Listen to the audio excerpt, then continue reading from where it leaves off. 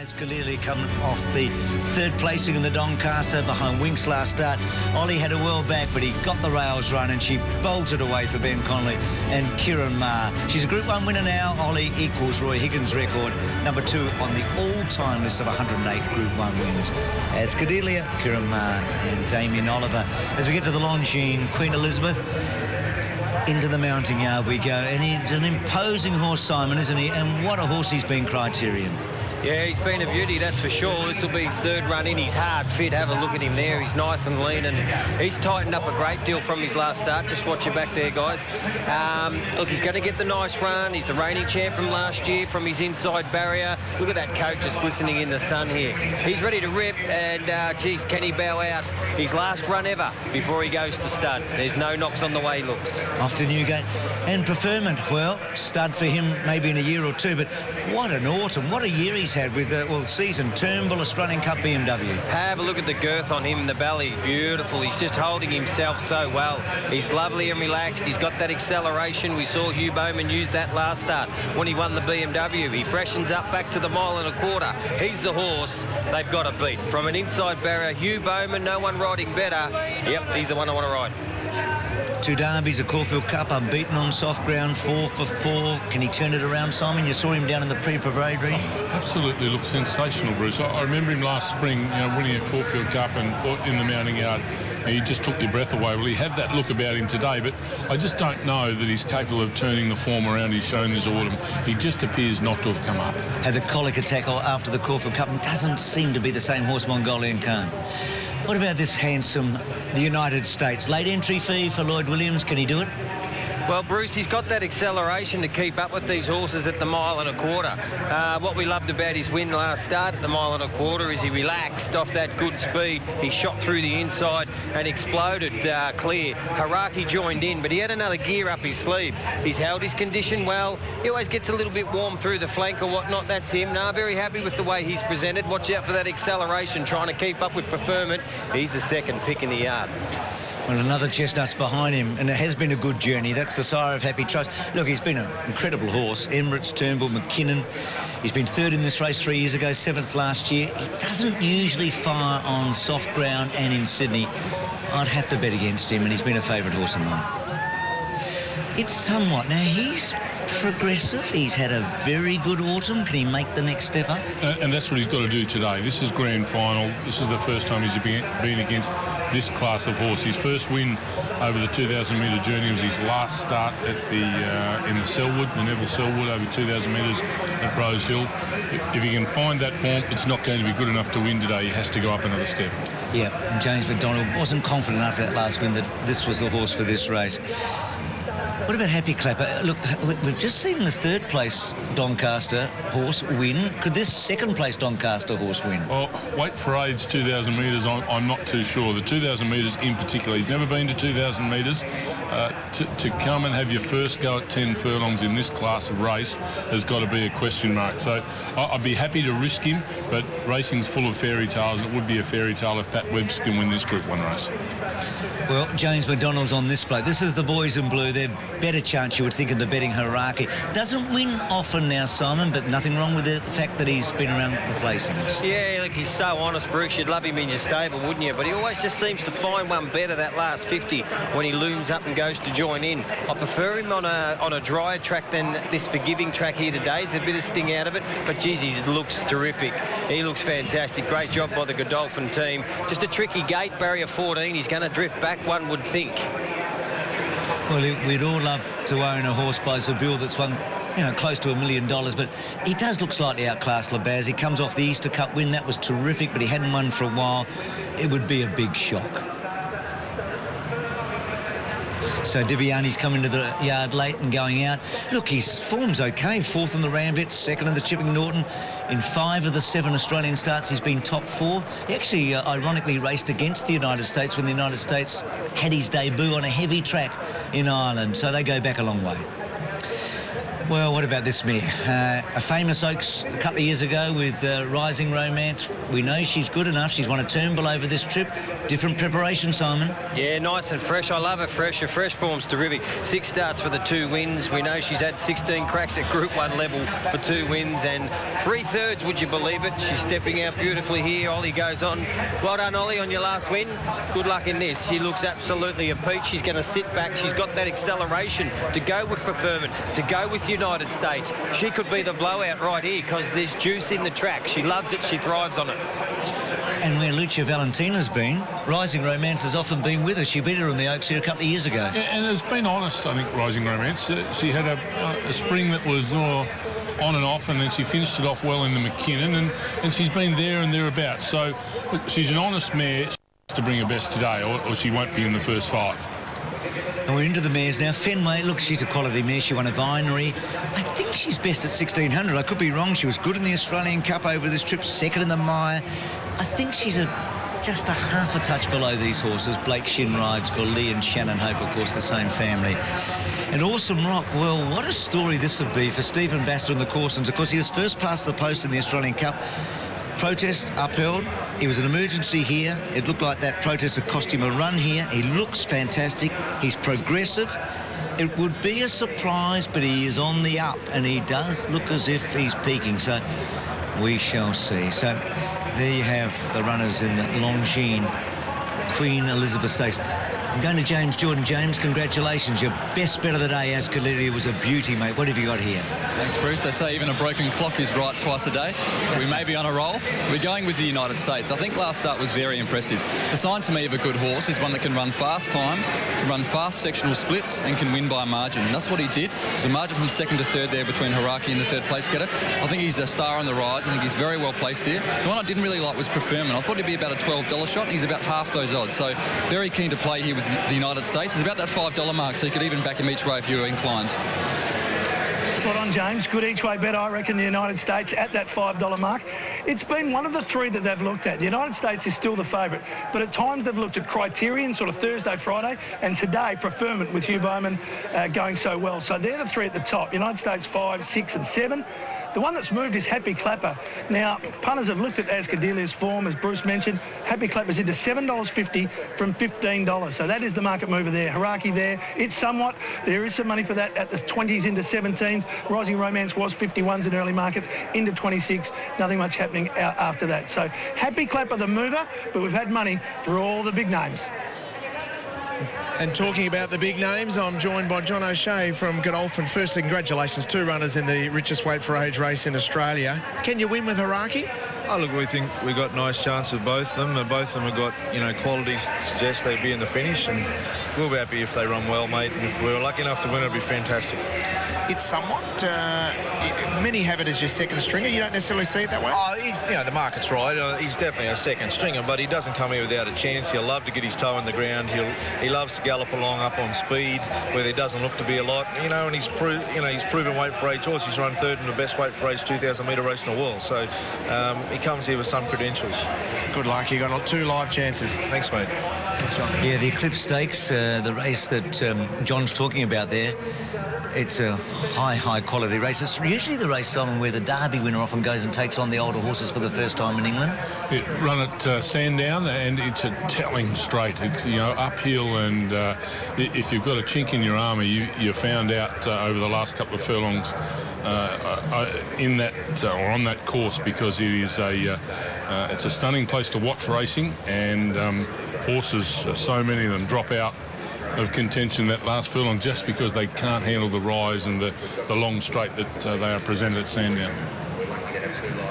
Let's have a look at the Randwick Stakes, and this was the United States. This is where he really emerged as a serious weight for age horse, didn't he? Yeah, he did, and the reason I think where James is talking about the horse sustains good sectionals and can win by a margin. It looked like Haraki was going to run past him there 2 or 3 times, and he lifted and lifted and lifted and made sure that didn't happen. Now, he had some breaks that day. He got good runs. He didn't have to cover any extra ground, but I think what there was is still improvement to come on from that run, and he's just learning to race the Australian way now, and he's full of quality, this fella. So it wouldn't surprise me at all if he poked his nose in front and the high-profile stable of Lloyd Williams had a feature double here in Sydney. He looked the same as he did when he won last start, when he got beat at Flemington by he or she. He was sweating up patchy on the neck, so he's very good. United States, very good. What about Preferment? We see him here. We're going to have a look at the BMW in a moment. Simon, how did he look to you, Preferment? Yeah, he's good. He holds his weight so well for a big bull stallion.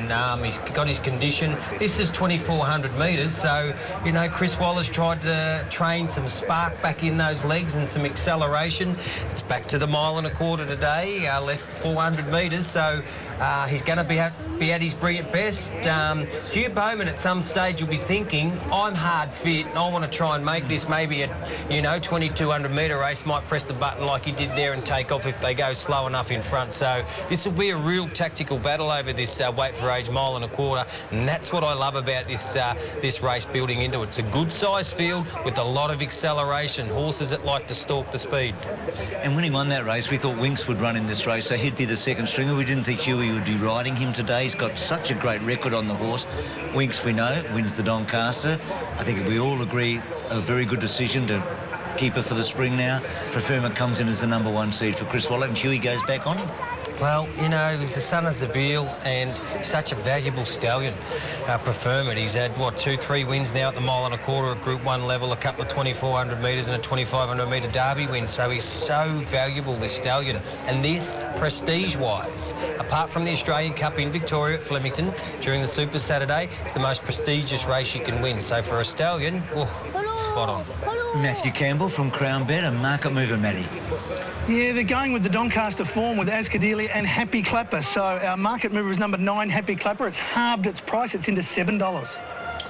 So the United States for James Jordan, but Happy Clapper, the market mover for Crown Bet. So Happy Clapper, that one.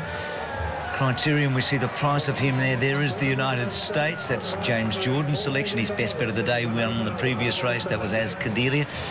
What about for you boys? I guess the question with Happy Clapper is going back to weight for age and stepping up from that handicap 50.5 to 59. Look, I'm sticking with the start, acceleration, to continue his dominance in Preferment. He's got the beautiful barrier 5, Hugh Bowman.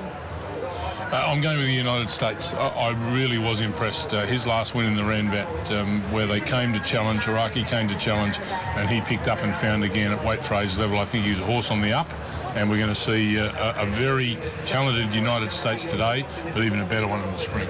Bruce, got a tip? Criterion and Lucia Valentina are the two I like. I mean, Criterion's a little bit from the heart. I'd love a big ending for what I think has been an outstanding horse. But I do like Ollie's horse today for Chris Lees. I just like the preparation, the fresh legs. It's been talked about how strong the race is. There are 8 Group 1 winners in the race. A couple of them are not at the peak of their powers. Mongolian Khan is one of them. Can he turn it around? Preferment, in a normal year, he'd be favourite for the Horse of the Year. He's won a Turnbull, he's won the Australian Cup, he's won a BMW. On the Hill Stakes, but he's not going to be doing that, is he, because of his stablemate? Be a match made in heaven. Yeah, Winks. Preferment and Winks. One day, maybe. Yeah. So, Dibiani. I think they're going for dinner. Yes, Nicholas Hall on Dibiani. He's just off now. Dibiani likes to get loaded in, so that's nothing there with Nick Hall out of the saddle. For James Jordan, the United States, just rating. And for the boys, Preferment, the United States, and Jason, who got the winner of the Sydney Cup for Lloyd Williams, is going again for Robert Hickmott and Lloyd to pull off a very, very big double. Sort of training effort from Chris Waller here, if you can bring Preferment back from 2,400 to 2,000. Not an easy thing to do. Think he's capable of a good training performance, Chris Waller? Possibly. Could be the real test for the man here today, Bruce. So it's the Longines Queen Elizabeth. It's the richest weight for age race in Australia. Second only to the Melbourne Cup with its $4 million in prize money. So let's go and join Darren Frendell for the 2016 running of the race. OP Bosson. Awesome Rock goes forward. Was right up on the speed last time. And Fenway, who's drawn the widest alley for Blake Shearer, is the last to move in. Happy Clapper's fired up on the inside gate. Happy Clapper, Brendan Abdullah, just in an awkward position at the moment. Brenton was cast sideways, and he's being released by the attendants out of the gates. The horse is standing okay, Happy Clapper. Brenton Abdallah. So this is our marker moving. Now he's in trouble here, Brenton Abdallah. Well, he's a bit tender on his off front. If he was a horse, the right leg. He's taken the helmet off. Happy Clapper, he's reared up, checking his front legs, hind quarters. So he's rattled the cage. He's gone in early and he didn't like it, Happy Clapper. He's a big boy too. There's a lot of him. He's 16 and a half hands. Here, have a look at this. There you go. Talk about the rodeo. Brenton Abdullah's fallen back and got his leg caught by the looks of things there. The barrier attendant will come in, grab him, watch him lift him out. Get me leg out. I'm squashed, he's saying, in between that bar. And this is where they're great, these barrier attendants. They grab hold of Brenton Abdallah and bang, down they go. Hit the deck, but good stuff. No, amazing. Looked like his left leg was caught there. So does the vet look at the jockey as much as the horse right here and right now? I mean, well, the ambulance, somebody in the ambulance. He's going to be okay, the jock. He's tough. He's tough. The horse is all right. The jock will be fine. Adrenaline's an amazing thing. I wonder what the market goes for right now, because this was the big market mover. This is the horse that they're all going for. I mean, so he trots him up. The vet now has the serious look at him, doesn't he? Yeah, they won't muck around either if they load him up and they give him the all clear. He's got plenty of room to have a warm-up there too, so he looks quite good, the big boy. Brenton's trying to give him a slap down the shoulder and get him motivated. The horse doesn't really... He's backing up, remember, from the Doncaster there last Saturday, so he's a little bit agitated. Not the normal practice from the Webster stable, but the $4 million purse, that's the carrot. So everything looks good. Let's go back to Darren Flindell. Happy Clapper comes up to the gates. He'll get his chance at a crack at the $4 million. We're all set for the prestigious Queen Elizabeth Stakes. And we're set, and they're racing, and Happy Clapper off the inside, jumped as well as anything. Criterion smartly out. So's Rising Romance, Lee, Baz and Preferments right up with the leaders as well. Happy Trails, Mongolian Khan next, and Mongolian Khan is quickly improving. Followed by It Somewhat, caught a bit deep. Awesome Rock is right off the track. Haraki's looking to find a spot, going to midfield and better. Then the United States, Happy Trails drifts back from Fenway. Dibiani snagged back, and Lucia Valentina is going to sit back at the rear of the field. Awesome Rock presses on from the outside, and it heads off Lead Baz, and It Somewhat goes to third. Rising Romance fourth, a half the outside Mongolian Khan. Haraki's got into a good position on the outside of Criterion and Preferment. Then Happy Clapper in the second half of the field. From the United States, Happy Trails, well back is Dibiani and Lucia Valentina with Fenway of the last couple. Awesome Rock runs into the far corner, a length clear from Lee Baz in second. Then Rising Romance, It's Somewhat fourth, one out, one back. Then Mongolian Khan, can he bounce back today? Haraki the outside, last year's winner Criterion, midfield defence. On the inside of Preferment, who's inching closer down the side of the course.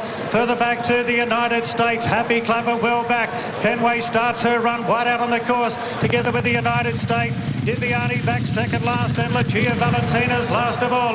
Coming up to the home turn, Awesome Rock just leads from Lee Baz as they really turn it on, coming to the turn. Then Mongolian Khan joining them with It Somewhat. Further back then to Haraki. Preferment being shoved along, and Criterion riding for luck on the fence into the straight. It Somewhat's going after Awesome Rock. Further back to Happy Clapper looking for the run. Criterion scraping paint. Haraki runs on. Preferment leads a run desperately. Rising Romance in front. Here comes Lucia Valentina like a shot out of a gun. The mare races to the lead. The United States giving chase, then Happy Clapper, but Lucia Valentina, what a slashing win in the Queen Elizabeth. The United States second, Happy Clapper third, then Rising Romance, Happy Trails, Mongolian Khan, It's Somewhat, Haraki, then Fenway, Dibiani, Preferment, Criterion. Lee Baz was last. What a performance. Yeah, spot on, Darren. What a performance. Hey, Ollie, what sort of droughts he been in? 3 today, 2 Group 1s, goes past Higgs now, goes past Higgs, chasing George Moore. She gets her 3rd Group 1 this filly. She's won a Turnbull. She was favourite for a Caulfield Cup. She was placed. Ollie is back last here. He's trying to get off Happy Trails. He's trying to get some running room. He goes to the outside, not like he did on Ascadilli. And have a look at this turn of foot. Yeah, initially United States took his running, and that caused that bit of a mix-up up, but probably it was a blessing in disguise. Just made him count to 5 or 6, and then suddenly the gap opened, and did she take it? We spoke to Chris Lees earlier in the day. She's come into this race with 1 run under her belt this preparation. He said, mad fresh, he believes she runs best. I think he might have got it right. He nearly falls at the top of the straight here, trying to follow the United States in the white cap and the baldy face. He had to rejig and balance her up, and well, Rising Romance looked like she was going to get clear and kick on. It's somewhat to the left of screen in the blue, but when Damien Oliver let it go, this is what we've seen her do fresh. She's used that acceleration. We spoke about it pre-race, and she has absolutely blown them away. What an emphatic win. And Christian Lees, congratulations to you and your team. Cameron Swan, I spoke to him down there, a foreman earlier on. They knew they had it primed, and well, the juice out of the track, the 1.25 mile turnbull comes to the fore. Richo, this is an incredible training performance. I mean, Matriarch goes to Hong Kong, Coolmore, and now the Queen Elizabeth. 1, 2, 3, 4. Chris Lees, take your hat off. But he hasn't got one, Richo. Yeah, congratulations, Chris. What a training performance. Hong Kong back, second up, $4 million Queen Elizabeth. Yeah, well, I just thought I had to do something a bit different, thinking I'd be taking on Winks, to be fair. But, look, she's got a terrific turn of foot. She's so effective at 2,000 metres, and she loves a gap between ones. I don't know why it took me so long to do it. It was interesting. You changed it. She went in for, obviously, a light preparation, 1,500 metres in. That turn of foot, that's what we saw today. You get her here with fresh legs. She's so... And she, look, to be fair, she didn't have a spell. She just had a little bit of time off, so... You know, she got here in really good order. She looked in a lot of trouble on the corner. She dipped and went down on her nose, but I just knew that she had that blistering turn of foot. She got a bit of clear running, and he rides her so well too. So it's great result. Got a lot of people to thank. All my staff have done a wonderful job with her. She can be a bit of a handful, and I'm just so happy. You can see the emotion in your eyes. This race means so much to you. Well, it's starting to become Sydney's #1 race, and I feel very honoured to win it. And for owners who have had an amazing day. Oh, what a day. You know, they've won the Oaks. You know, they've been very loyal. They're terrific to train for, and, you know, they deserve all the success they're having. Well, you'll enjoy that. And as in racing, we enjoy one win, and then we say, what's next? Do you go back to Hong Kong with her? She was so good there. No, she's not going this time, so they've been talking about sending to stud, so I might be attacking right now and see if I'll go another year. Oh, please don't do that. No, exactly. Well done, Chris. Cheers. Thanks, Richard. Oh, why not? Another year. I reckon you're thinking Cox played off a fresh run, don't you? I mean, that was devastating today. I mean, that's a champion performance today. She's now won 3 Group 1s. I mean, I'm not saying she's a champion like Winks is, but her acceleration today was devastating. And the horses behind her have run great races. United States, Happy Clapper, Frank's the Doncaster form. Rising Romance runs 4th. She and Lucia Valentina have had so many great clashes, including the Axe 2 years ago. What about Ollie, eh? He goes to the fence on Ascadelia and just rides her a beach after a cool ride out of the gates.